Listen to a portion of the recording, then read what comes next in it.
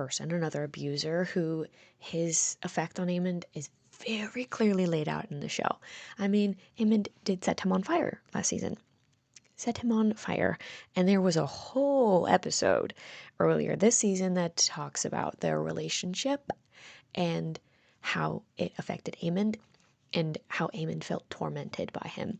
And one thing I do want to note on really quickly is there are a lot of people I've seen who have talked about how it wasn't that bad in terms of what Aegon did to Aemond.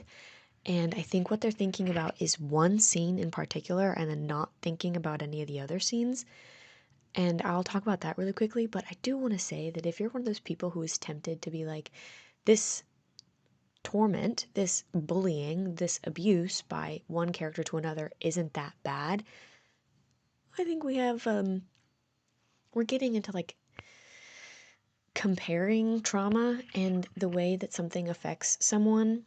Like, you don't really get to decide if something is too bad or not bad enough to affect someone in a certain way. Does that justify what Aemond goes on to do? No.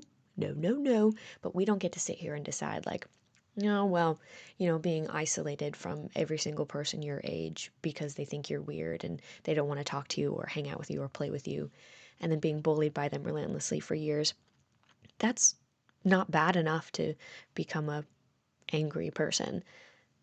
You know what I'm saying? Okay.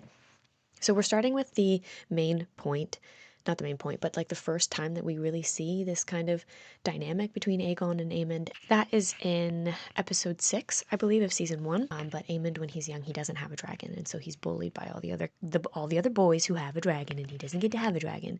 And in this one scene, they're like, we found you a dragon. Oh my gosh, you want a dragon? We found you a dragon. And what they pull out instead is a pig. And they are like joking about it, like, haha, you want to ride the pig. And this is incredibly humiliating for him. And he goes to his mother and is like, they're making fun of me again. Like, obvious that this is a pattern, a repeated pattern.